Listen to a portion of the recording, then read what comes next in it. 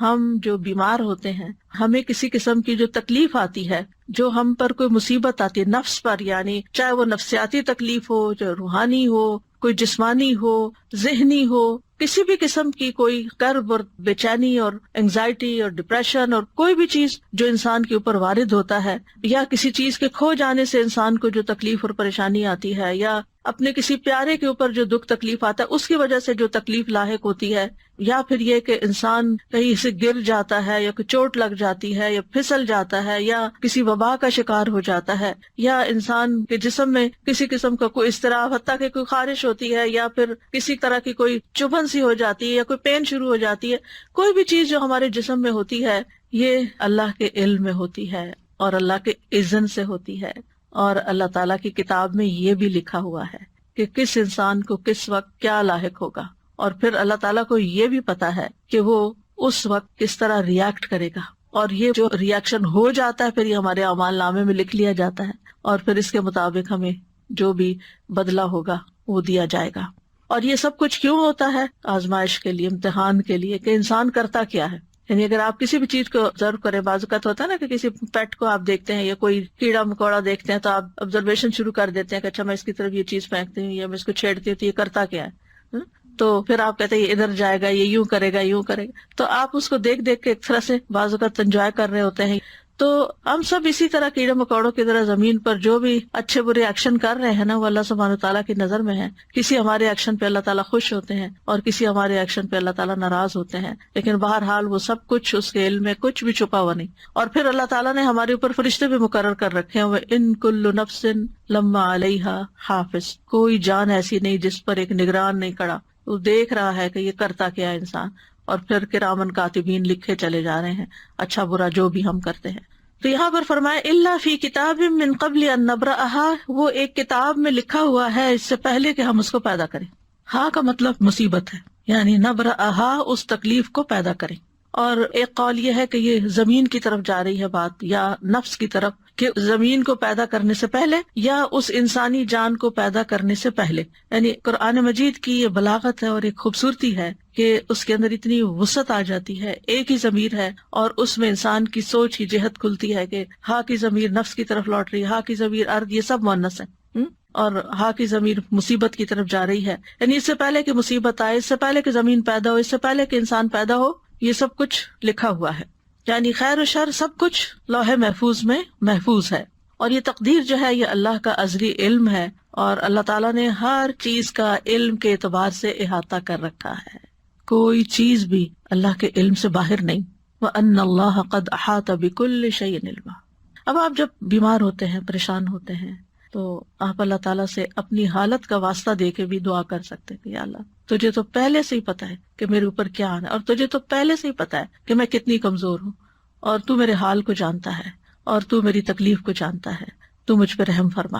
یعنی اللہ تعالیٰ سے انسان اس طریقے سے بھی دعا کر سکتا ہے، یعنی اللہ تعالیٰ کی صفت علم کا واسطہ دے کر، کیونکہ قرآن مجید میں آتا ہے وَلِلَّهِ الْأَسْمَاءُ الْحُسْنَىٰ فَادْعُوهُ بِهَا، تو ہمیں اللہ تعالیٰ کی اسماء و صفات کا واسطہ اور وسیلہ دے کر بھی اللہ تعالیٰ سے دعا کرنی چاہیے، جیسے انی مسنی الضر وانت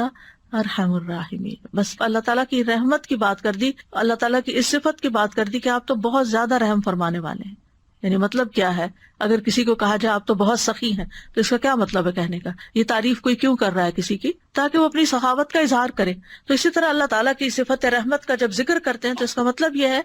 کہ آپ تو اس کے مالک ہیں اور آپ کر سکتے ہیں۔ تو یہ چیز اگر انسان اللہ تعالیٰ کے بارے میں سوچے کہ ہر چیز کو جانتا ہے، ہر چیز کو، وَأَنْتَ عَلَّامُ الْغُیُوبِ، میں نہیں جانتا تو جانتا اور تو علام الغیوب ہے۔ قیامت تک جو کچھ ہونے والا ہے، جب سے پیدا ہوا جب تک ختم ہوگا، سب کچھ اس کے علم ہے۔ وَكُلَّ شَيْءٍ أَحْصَيْنَاهُ فِي إِمَامٍ مُبِينٍ، ایک واضح کتاب میں، ایک کھلے رجسٹر میں ریکارڈ رکھا ہوا ہے۔ اور حدیث سے پتہ چلتا ہے کہ آسمان و زمین کی تخلیق سے 50,000 سال پہلے مخلوقات کی تقدیر لکھی گئی۔ اب آپ سوچئے، جب آپ تقدیر پر ایمان لاتے ہیں، اور تقدیر پر ایمان لانا ضروری ہے، نبی صلی اللہ علیہ وسلم نے فرمایا ہر چیز کی ایک حقیقت ہوتی ہے، اور کوئی شخص اس وقت تک ایمان کی حقیقت کو نہیں پہنچ سکتا جب تک اسے یقین نہ ہو جائے کہ اسے جو چیز پہنچی ہے وہ اس سے خطا نہیں ہو سکتی تھی، اور جو چیز خطا ہو گئی ہے اس سے وہ اسے پہنچ نہیں سکتی تھی۔ اب یہ جو ہمارا ایمان ہے، اس کی بنا پر اگر آپ کو کوئی تکلیف آ جاتی ہے، کوئی بیماری آ جاتی، کوئی چیز چھو جاتی ہے، لگ جاتی، ٹکرا جاتی ہے، کچھ ہو جاتا ہے، تو بجائے غصے میں آنے کے، فرسٹریشن کا شکار ہونے کے، آپ کے چہرے پہ اسمائل بھی آ سکتی، یہ تو ہونا تھا، یہ لکھا ہوا ہے، یہ اپنے وقت پہ پہنچ گیا مجھ تک، اب اللہ ہی اس کو دور کرنے والا ہے۔ جس کے اذن سے یہ تکلیف آئی ہے اسی کے اذن سے شفا ہوگی، جس کے اذن سے یہ مشکل میں مبتلا ہوں وہی اس کو ان یمسسک اللہ بدر فلا کاشف لہ الا ہو، اگر تمہیں کوئی تکلیف پہنچ جاتی ہے تو اس کو اللہ کے سوا کوئی بھی دور نہیں کر سکتا، فلا کاشف لہ الا ہو، یہ یقین ہونا چاہیے پورا۔ جتنا زیادہ یہ یقین ہوگا کہ فلا کاشف لہ الا ہو، کہ اللہ ہی اس تکلیف کو دور کرنے والا ہے، اس کو کھولنے والا ہے، تو اتنا ہی زیادہ ہم اللہ سبحانہ تعالیٰ کی طرف رجوع کریں گے، اتنے یقین کے ساتھ اسی کی طرف لوٹیں گے، اسی کے در پہ جائیں گے، اسی کے آگے سر جھکائیں گے، اسی کو پکاریں گے، اسی کے آگے ہاتھ پھیلائیں گے، اسی کو مختلف چیزوں کا واسطہ وسیلہ دیں گے جو مشروع ہے یا جس کی اجازت ہے ہمیں، تو اس طرح اللہ تعالیٰ سے تعلق اور زیادہ مضبوط ہو جائے گا۔ پھر فرمائے ان ذالک علی اللہ یسیر، ہمیں لگتا ہے کتنا مشکل کام ہوگا، یہ کتنا بڑا کام ہے یہ سب کچھ، لیکن اللہ تعالیٰ فرماتے ہیں اس کے لیے تو یہ کچھ بھی مشکل نہیں، سبحان اللہ، یعنی اس کی قدرت اس سے بھی کہیں زیادہ ہے کہ وہ ان سب چیزوں کا علم رکھے۔ اور ہمیں کیوں بتایا جا رہا ہے لِكَيْ لَا تَأْسَوْا عَلَىٰ مَا فَاتَكُمْ، تاکہ تم کھو جانے والی چیز پہ افسوس نہ کرتے رہو، تم سے غم دور کرنے کے لیے۔ اور یہ ایک حقیقت ہے کہ اگر انسان تقدیر کے معاملے کو اور اس بات کو سمجھ جائے کہ یہ کسی وجہ سے آئی ہے تکلیف مجھ پر، اللہ تعالیٰ یا تو مجھے ریسٹ کروانا چاہتا ہے یا مجھے کچھ سکھانا چاہتا ہے، یا کوئی بھی ایسی وجہ ہو سکتی ہے کہ جو مجھے علم نہیں، کیونکہ اس کا کوئی بھی فیصلہ حکمت سے خالی نہیں، یہ بھی ساتھ ہی یاد رکھنا چاہیے۔ یعنی ایسا نہیں کہ وہ اندھا دھند بس کسی کو سزا دے رہا ہے اور کسی کو کچھ جزا دے رہا ہے اور کسی کو فائدہ اور کسی کو ایسا نہیں ہے، ہر تکلیف کے پیچھے ایک حکمت، کوئی وجہ ہے، اس نے آپ کو کوئی اسپیشل چائلڈ دیا ہے، کوئی حکمت ہے اس کے پیچھے، کوئی وجہ ہے کہ اس نے آپ کو اس کام کے لیے چنا ہے۔ اسی طرح اگر کوئی اولاد کی طرف سے یا والدین کی طرف سے کسی پیارے کی طرف سے کوئی تکلیف پہنچتی ہے تو اس میں کوئی حکمت ہے، تو اگر انسان ایمان لے آئے تقدیر پر تو پھر غم ہلکا ہو جاتا ہے۔ وجہ بتا دی گئی کہ لِكَيْ لَا تَأْسَوْا، تاکہ تم افسوس نہ کرتے رہو، غمگین نہ رہو، عَلَىٰ مَا فَاتَكُمْ، جو تم سے فوت ہو گیا، یعنی جو تم سے چلا گیا، تمہاری صحت چلی گئی، تمہاری جوانی چلی گئی، تمہاری ہمت چلی گئی، تم سے کام کا چانس چلا گیا، اللہ کو یہی منظور، آگے موو فارورڈ، آگے چلو، آگے چلو، جو کھونا تھا ہو گیا، اب اس کے پیچھے جان ہلکان نہ کرو، جو ہونا تھا ہو گیا، اب اپنی زندگی کو آگے لے جاؤ، آگے کی طرف دیکھو، اچھی امید رکھو اور حوصلے میں رہو، کیونکہ یہ تو ہونا ہی تھا، کیونکہ انسان ہمیشہ عافیت میں نہیں رہ سکتا، ہمیشہ خوشحالی میں نہیں رہ سکتا، ہمیشہ رزق کی فراوانی میں نہیں رہ سکتا، یہ کمی بیشی ہوگی،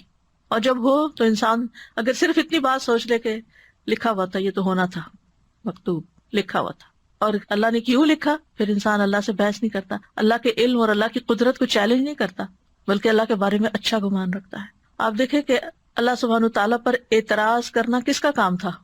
جانتے ہیں نا ہم، یہ شیطان کا کام تھا، تو پھر ہم کتنے مزے سے مختلف چیزوں پر اعتراض شروع کر دیتے ہیں، واضح طور پر شیطان کے نقش قدم پر چل رہے ہوتے ہیں، واضح کلیئر کہ اللہ نے میرے ساتھ ایسا کیوں کیا، وائی می، یہ کیوں ایسا کیا، یہ آپ یاد رکھے کہ یہ کیا ہے، یہ دراصل شیطان کے قدموں پر چلنا ہے، اس کی پیروی کرنا ہے، اس کے پیچھے جانا ہے۔ اور پھر دوسرا رویہ جو شیطانی رویہ ہوتا ہے، انا خیر منہ، وہ کیا ہے، تکبر والا، اور یہ تکبر والا رویہ یہ بھی اللہ کو ناپسند، یہ دونوں شیطانی رویے اللہ کو ناپسند ہے۔ ولا تفرحوا بما آتاکم، اس پہ مت خوش ہو، مت اتراؤ، مت اکڑو جو اللہ نے تمہیں دیا ہے، یعنی اپنی کسی بھی اسکل پر، اپنی کسی ذہانت پر، اپنی کسی قابلیت پر، اپنے کسی کارنامے پر، اپنی کسی کامیابی پر، کیونکہ عام طور پر کیا ہوتا ہے، یعنی ذرا سے دوسروں سے کوئی بہتر کام کر لیتے ہیں تو پھر ہم دوسروں کو حقیر سمجھنا شروع کر دیتے ہیں، میں اس سے بہتر ہوں، مجھے زیادہ اچھا پکانا آتا ہے، مجھے زیادہ اچھا پڑھانا آتا ہے، مجھے زیادہ اچھا فلاں کام آتا ہے، یعنی کوئی بھی جو کام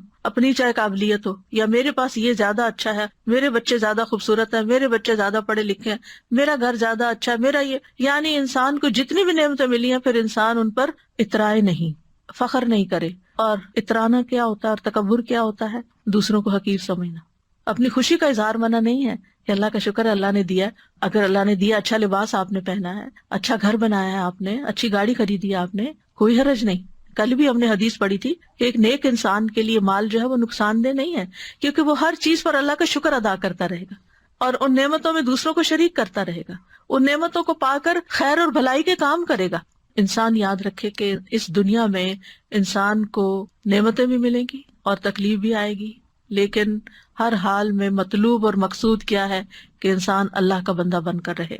اکرمہ ابن عباس سے روایت کرتے ہیں کہ وہ اللہ کے فرمان اسی آیت کے بارے میں کہتے ہیں کہ ہر شخص غمگین ہوتا ہے اور خوش ہوتا ہے، لیکن مومن اپنی مصیبت پر صبر کرتا ہے اور خوشحالی پہ شکر کرتا ہے۔ اس آیت میں ایک بات یاد رکھیں کہ اس کا یہ مطلب نہیں کہ اگر ہر چیز لکھی ہوئی ہے تو انسان کوشش نہ کرے، نہیں، کوشش بھی کرنا اللہ کے اذن سے ہے اور اللہ کا حکم ہے اور ہمیں اس پر ابھارا گیا ہے، وَأَن لَيْسَ لِلْإِنسَانِ إِلَّا مَا سَعَىٰ، کہ تمہیں کوشش کرنا، کیونکہ ہمیں تو نہیں پتا نا آگے کیا لکھا ہوا ہے،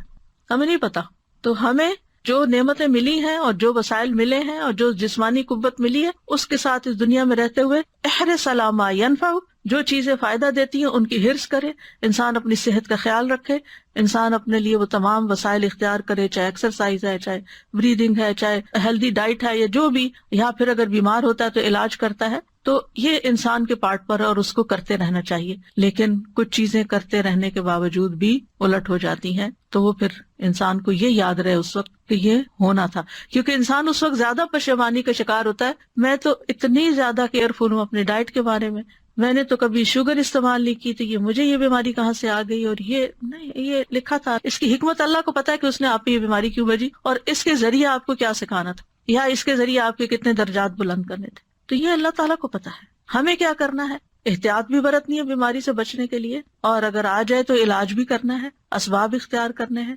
لیکن اس سارے آزمائش کے عرصے میں اللہ سے راضی رہنا ہے۔ واللہ لا يحب كل مختال فخور، اللہ تعالیٰ کسی ایسے بندے کو پسند نہیں کرتا جو اپنے عمل میں غرور کرے اور اپنے قول میں فخریہ زبان استعمال کرے، فخر کرے، یعنی عمل میں ایسا لباس پہنے جو گھسیٹ گھسیٹ کے چلے یا ایسی چال چلے، اور پھر یہ کہ باتوں میں ایسی ایسی باتیں کرے کہ جو دوسروں کو ہرٹ کرنے والی ہوں، شیخی بگاڑنے والی ہوں۔ تو بے صبرا کرنے والا غم اور سرکش کرنے والی خوشی جو ہے، ان دونوں کی ممانعت کی گئی ہے۔ ابو بکر صدیق رضی اللہ عنہ کے پاس جب زیادہ مال لایا گیا، آپ کو معلوم ہے کہ نبی صلی اللہ علیہ وسلم کے زمانے میں فتوحات کا سلسلہ شروع ہو گیا تھا، بہت سی جگہوں سے غنائم وغیرہ آ رہے تھے، حضرت ابو بکر کے زمانے میں اور زیادہ بڑھ گیا، حالانکہ صرف 2 سال ہی تھے۔ تو جب زیادہ مال آیا آپ کے پاس تو انہوں نے کہا، اے اللہ، ہم طاقت نہیں رکھتے مگر یہ کہ ہم اس بات پر خوش ہوں جو تو نے ہمارے لیے مزین کیا ہے، یعنی ہمیں مال اچھا لگتا ہے، کوئی چیز ملتی ہے تو ہمیں خوشی ہوتی ہے۔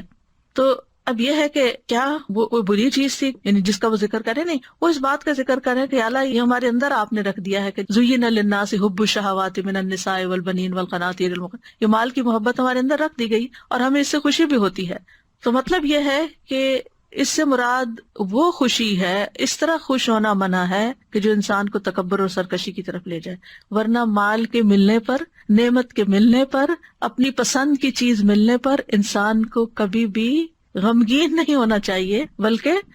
خوش ہونا چاہیے، اور یہ خوشی کرنا کوئی بری بات نہیں ہے، یعنی خوشی کے موقع پر خوش ہونا اس میں کوئی برائی نہیں ہے، کیونکہ کچھ لوگ ایسے ہوتے ہیں ہر وقت بس ایک ایسی حالت میں رہتے ہیں کہ نہ کسی خوشی کے موقع پہ خوش ہوتے ہیں، نہ کسی غم کے موقع پہ غمگین ہوتے ہیں، وہ نیک پارسا نہیں۔ اگر خوشی کی کوئی چیز ہے، کوئی نعمت ملی، خوشی کا اظہار کرے، فَأَمَّا بِنِعْمَةِ رَبِّكَ فَحَدِّثْ، بس لمٹ کے اندر، اس سے اوپر نہیں جانا کہ تکبر یا شیخی بگاڑنا شروع ہو جائے یا آپ دوسروں کو نیچا کرنا شروع کر دیں، یہ نہیں ہونا چاہیے۔